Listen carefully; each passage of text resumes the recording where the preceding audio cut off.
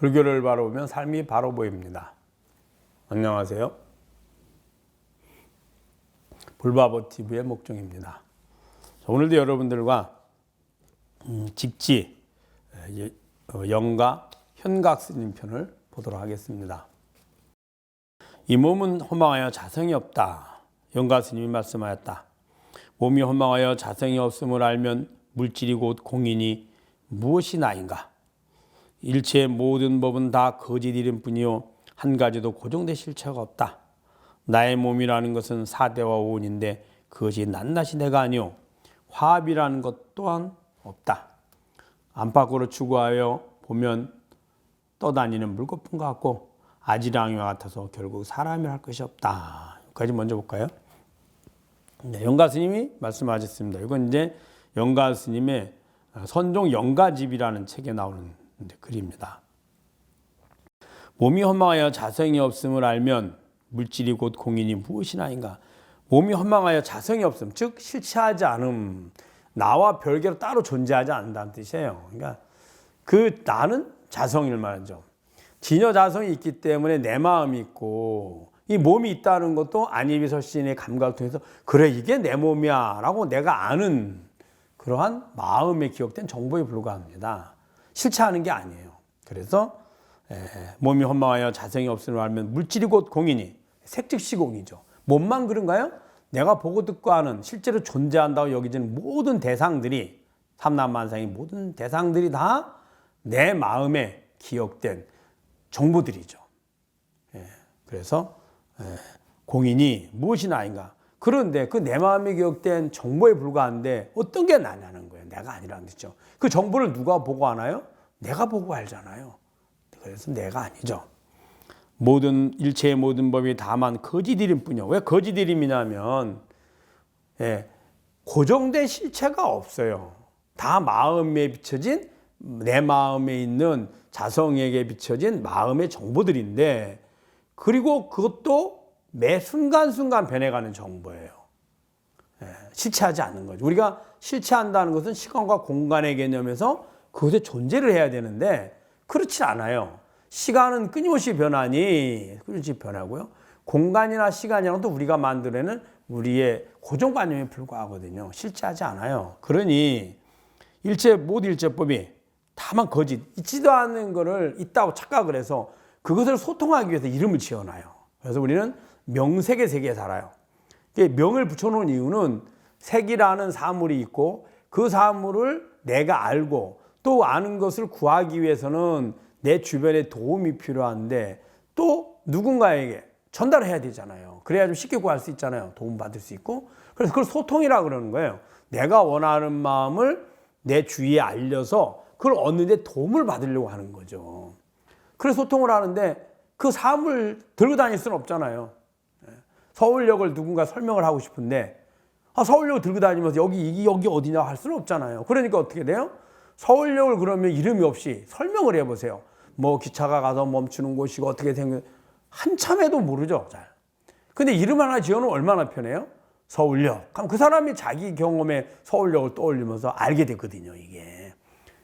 그래서 명색의 세계입니다. 실제 색은 존재하지 않는 매 순간 변해가는 재행이 무상하고 제법이 무아인 환영인데 이름을 지어놓고 그 이름이 실제로 있다고 착각한다 이 말이에요. 그래서 거짓 이름뿐이다. 금강경의 이 말을 끊임없이 반복하죠. 부처님이.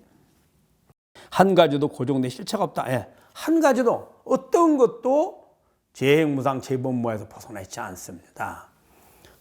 나의 몸이라는 것은 사대 오온인데 몸을 우리가 말해 사대 지수아풍을 말하죠. 오온 색수상행식이에요. 이것들이 합쳐져서 사대는 내 몸의 구성 요소고 색수상행식은 내 몸이 있다는 알아차리는 과정이에요. 몸이 있다 여기고 그 느낌을 감각경을 통해서 느낌을 알고 그 들어온 정보를 기존에 있던 정보와 비교 분석해서 내 몸이네 라고 내가 필요한 행위를 분별해서 하려고 하고 그래 행을 하게 되는 거죠. 그리고 이 모든 게 다 기억에 순간이 지나면 내 마음에 있는 기억뿐이에요. 그래서 이것들이 사대와 오온이다 이렇게 한 거예요. 그것이 내가 아니오. 다 내가 아니죠.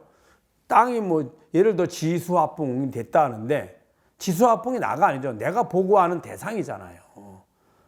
내 몸도 내가 보고하는 대상이거든요. 보고하는 거죠. 그러니 내가 아니죠.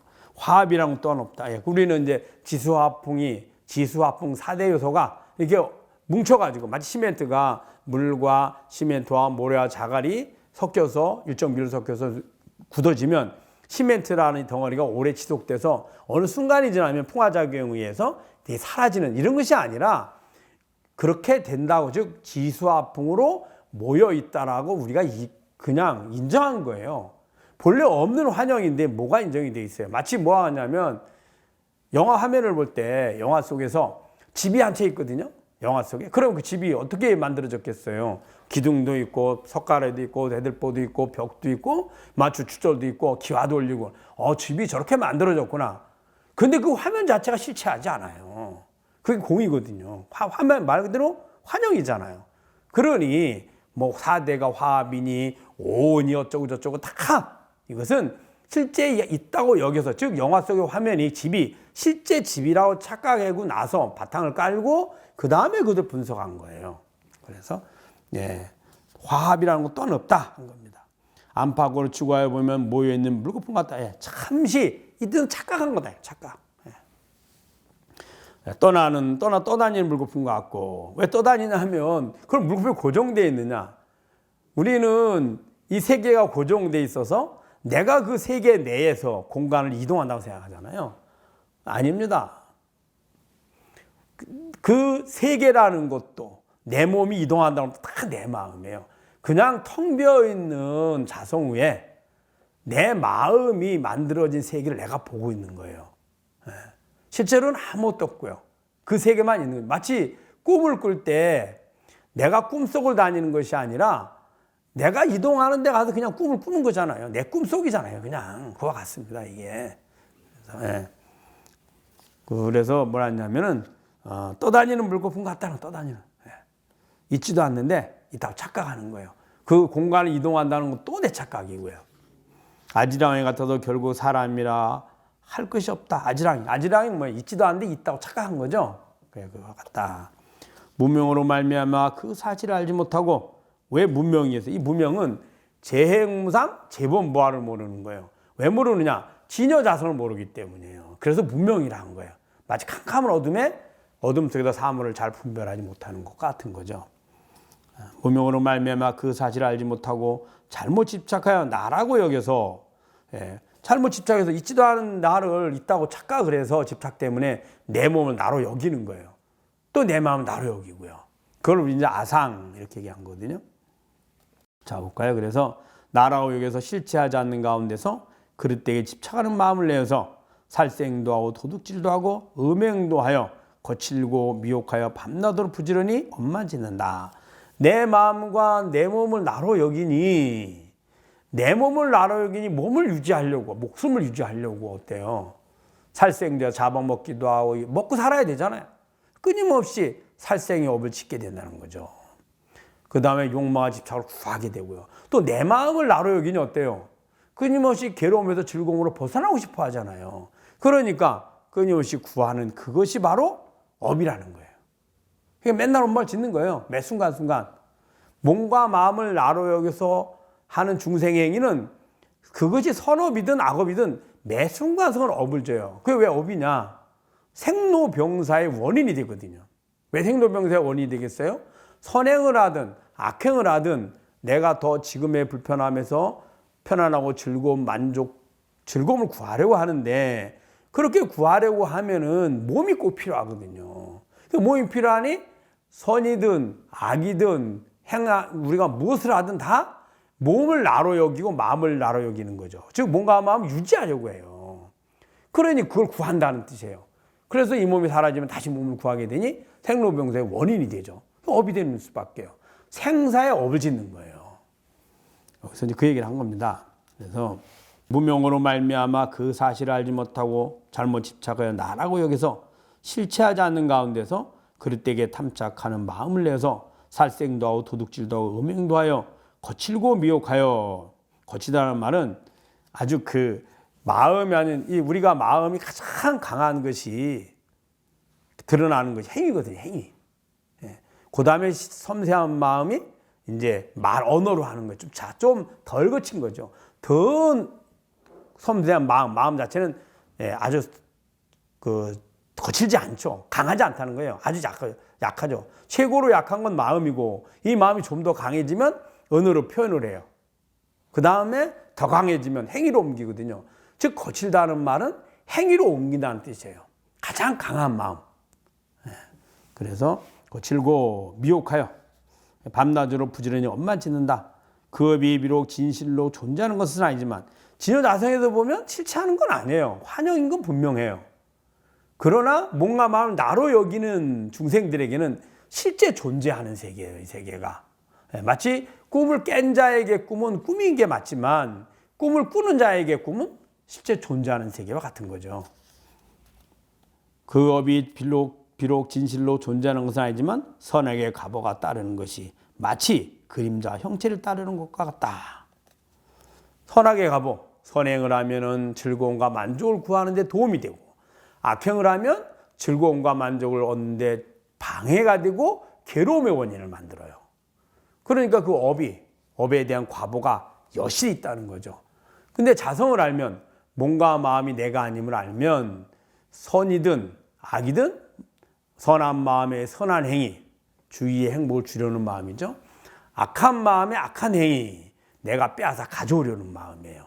자, 그래요. 그 행위로 옮긴 거예요. 둘 다 마음과 몸의 행위죠. 결과도 즐거움도 몸을 통해서 감각을 통해 느껴지는 마음의 즐거움이고, 괴로움도 몸의 감각을 통해서 느껴지는 내가 싫어하는 마음 상태죠. 둘 다 몸도 마음도 내가 아니니 환영에 불과하지만, 내 몸과 내 마음을 나로 여기는 중생들은 내 마음의 모습들이 밖에 실제로 존재한다고 착각을 하게 되고, 그러므로 인해서 선악의 과보가 여실히 확실히 있다고 생각하고, 그러므로 인해서 생사 윤회의 세계를 끊임없이 반복하게 되는 거죠. 그래서 선악의 과보가 따르는 것이 마치 그림자와 형체를 따르는 것과 같다. 이렇게 실제로는 자성에 보면 실체하지 않는 환영인데도 중생에게는 실제로 확연히 존재하는 것처럼 느껴지는 것을, 그걸 뭐라 했냐면 진공 묘유, 이런 말을 쓰는 겁니다. 참으로 다 공한데 진리의 대교도 보면, 그런데 중생들의 눈에는 실제로 존재한다고 착각하는 거예요. 그래서 진공 묘유 이렇게 표현을 합니다. 응당이 스스로 몸의 진실한 모습을 관찰하듯이 부처님을 관찰하는 것도 또한 그렇게 하라. 그러면은 그걸 어떻게 하느냐? 우선 몸을 관찰해요. 몸을 스스로 몸의 진실한, 이 어떤 것이 진짜 나인가, 날 찾는 거예요. 몸이 나인가? 그러면 마음이 나인가? 내 마음의 주인, 몸의 주인 따로 있거든요. 그래서 내 몸이잖아요. 내 몸이라는 뜻은 뭐예요? 내가 소유한 몸, 나의 마음, 내가 소유한 마음이죠. 그걸 통해 나를 알고, 그리고 그것만 아니냐? 부처도 또 그렇게 보라는 거예요. 그러면 부처가 따로 있느냐? 따로 없다는 거죠. 그래서 나도 부처도 생사도 해탈 열반도 다 마음의 모습임을 알아라, 이렇게 한 겁니다. 그래서 응당이 스스로 몸의 진실한 모습을 관찰하듯이 부처님을 관찰하는 것도 또한 그렇게 하라. 그러므로 도란 목전에 있다라고 하였으며, 마음과 부처와 중생이 세 가지가 차별 없다라고 했다. 도란 목전에 있다. 목전에 있다는 말은 이제 두 가지 의미가 있습니다. 하나는 지금 여기 이 순간에 있다는 거예요. 도가 뭐예요? 해탈 열반의 도예요. 해탈 열반의 도가 지금은 내게 없는 것을 부처님의 가르침을 열심히 배우고 실천해서 오랜 수행을 거쳐서 그때 만들어지는 것이 아니라 지금 여기에 있다. 또 목전이라는 말은 또 하나의 의미가 있습니다. 목전. 이 목은 눈으로 보는 걸 말하는데, 그 눈으로 보기 이전이에요. 눈으로 보기 이전에 누가 있나요? 내가 있죠. 그래서 내가 다른 것을 볼 때 또 내가 있었고, 내가 지금 다른 것을 보다 지금 이 순간에 이걸 볼 때, 그때 나 보는 대상이나 보는 눈과 내 몸과 행위는 달라졌지만 주인인 나는 똑같죠. 그래, 항상 우리가 모든 행위의 이전에 내가 있어요. 뭐라 했냐면, 그래서 소리 이전의 소리, 이런 말도 합니다. 우리가 소리를 듣고 알기 전에 내가 있거든요. 그런 이야기를 하는 겁니다. 그래서 마음 이전의 마음, 그걸 뭐죠? 근본 바탕 마음. 심지, 마음자리 이렇게 얘기하거든요. 그래서 목전이란 첫째는 지금 이 순간에 여기 있다는 거죠. 내가 없는 걸 만들어서 얻어서 가는 것이 아니고 혹은 저 불국토에 한생을 해서 부처님께 받는 것도 아니고 지금 여기에 있다. 그 여기인데 여기 어디에 있느냐? 보는 것. 왜 보는 것을 주로 이야기하냐면 보면은 보는 주인과 대상이 확연히 나누어지거든요. 그래 대상을 볼 때는 몸과 마음을 나로 여기지만 내 몸을 볼 때는 몸을 보는 주인이 있습니다. 내 마음을 보면 마음을 보는 주인이 있죠. 그 나를 보면 대상을 볼 때나 몸을 볼 때나 마음을 볼 때나 주인은 동일하거든요. 이럴 때 알아차릴 수 있거든요. 그래서 목전에 있다라고 했으며 마음과 부처와 중생이 세 가지가 차별이 없다고 했습니다. 예. 그래서 마음이라는 것 여기서 마음은 이제 어떤 마음이냐 본성을 이야기하는 게 아니에요. 진여자성이 아니라 진여자성이 비춰진 마음. 그래서 마음을 가만히 들여다보면 변하지 않는 나와 변하는 정보들이 있거든요. 변하는 정보들을 보통 우리가 마음이라 합니다. 그거를 생멸심이라 하죠. 변하지 않는 나를 진여심이라 하고요. 그래 마음 바탕 이렇게 얘기한 겁니다. 그 마음과 부처와 중생이 다 같다는 거예요. 다 어디에? 다 마음에 있는 거잖아요. 중생이라는 것도 내가 보고 듣고 알아서 만들어진 중생이라는 정보요. 부처라는 것도 부처라는 정보요. 그게 마음이란 뜻이에요. 그 마음의 주인인 성품이 있죠. 네, 그래서 진여자성이 있다 이겁니다. 그래서 마음과 부처와 중생이 세 가지가 차별이 없다라고 했다. 여러분 어떻게 잘 이해가 되시나요? 여러 번 읽고 공부해 보시기 바랍니다. 주위에 많이 공유해 주시고요. 불교를 바로 보면 삶이 바로 보입니다. 불바보TV의 목종이었습니다. 감사합니다.